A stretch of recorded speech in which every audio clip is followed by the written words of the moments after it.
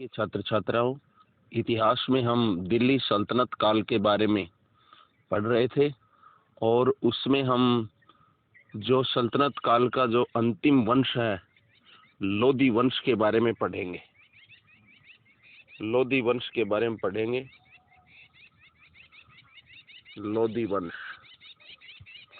अंतिम सैयद शासक आलम शाह ने स्वेच्छापूर्वक दिल्ली का शासन त्याग दिया और बहलोल लोधी ने 1451 ईस्वी में दिल्ली पर अधिकार कर लिया। दिल्ली पर तुर्कों के बाद पहली बार अफगान साम्राज्य का शासन हुआ। उसने जौनपुर के महमूद शाह सरकी के दिल्ली पर अधिकार करने के प्रयास को असफल कर दिया। 38 वर्ष शासन करने के बाद 1489 ईस्वी में उसकी मृत्यु हो गई। इसके बाद इसका दूसरा पुत्र निजाम शाह सिकंदर शाह की उपाधि के साथ दिल्ली का सुल्तान बना। तिरहुत, बिहार और बंगाल तक उसने साम्राज्य विस्तार किया। इसका न्याय प्रबंध एवं राजस्व सुधार प्रसिद्ध है। सिकंदर शाह का भूमि की नाप और उसके आधार पर भूमि नियत करने का कार्य भी किया। एक गज चलाया जो प्राय 30 इंच का होता था। यह गज लंबे समय तक सिकंदरी गज के नाम से प्रसिद्ध रहा और चलता रहा। इटावा, बयाना, कोल, ग्वालियर और धौलपुर के शासकों को अधीन रखने के अभिप्राय से उसने 1506 में आगरा नगर का निर्माण करवाया। उसका उपनाम गुलरू खां था। इसी उपनाम से कविता भी लिखता था।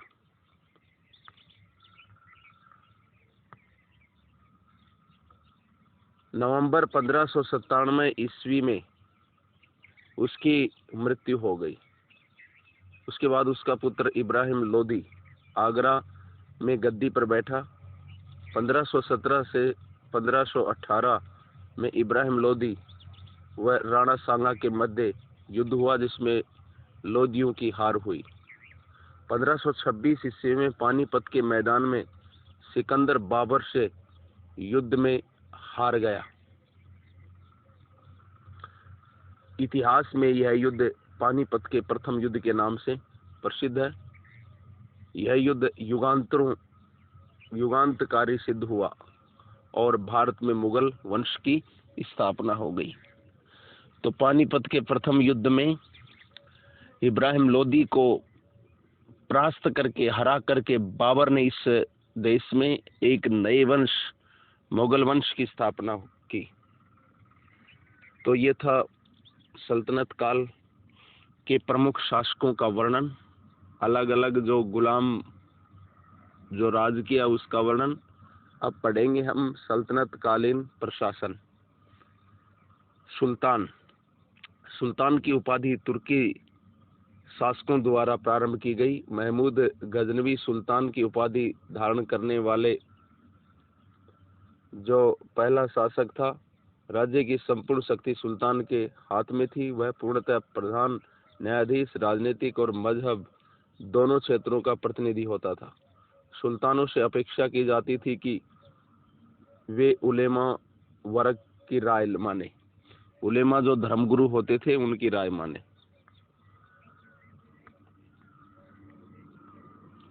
फिर अमीर। सुल्तान की शक्ति पर अमीर वर्ग का प्रभाव रहा। अमीरों के दो वर्ग तुर्क तथा गैर तुर्क थे। इल्तुतमिश के काल में 40 अमीरों का समूह चहलगानी कहलाता था। शासन की योग्यता एवं अयोग्यता के अनुसार अमीरों का दरबार में प्रभाव कम और ज्यादा होता रहा। जो शासक योग्य थे उनके समय में अमीरों का प्रभाव कम होता था और योग्य शासक नहीं होने के कारण अमीर अपना ज्यादा प्रभाव डालते थे। केंद्रीय शासन संस्था मजलिस ए खलवत मंत्री परिषद की तरह होती थी।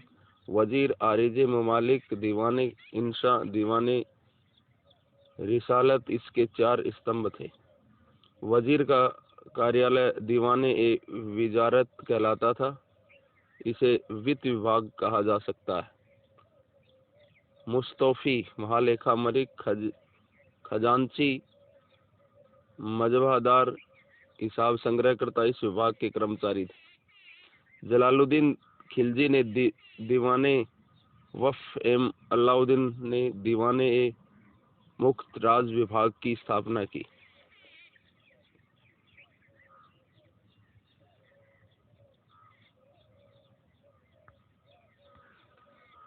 ये वित्त विभाग के अंतर ही आते थे। मोहम्मद तुगलक ने भूमि को कृषि योग्य बनाने हेतु दीवाने अमीर कोही की स्थापना की। दीवाने इंशा पर शाही पत्र व्यवहार दायित्व था। ये अलग अलग विभाग थे और इन विभागों के अलग अलग जो मंत्री हुआ करते थे। अंततः 1206 से 1526 ईस्वी तक दिल्ली की सल्तनत काल में साम्राज्य सीमा तत्कालीन सुल्तान की सैनिक शक्ति के अनुसार घटती बढ़ती रही और 1526 ईस्वी में बाबर ने इब्राहिम लोदी को हरा करके इस भारतवर्ष में एक नए वंश मुगल वंश की स्थापना की। और अब हम अगली जो डे की क्लास है उसमें मुगल वंश के बारे में विस्तार से पढ़ेंगे।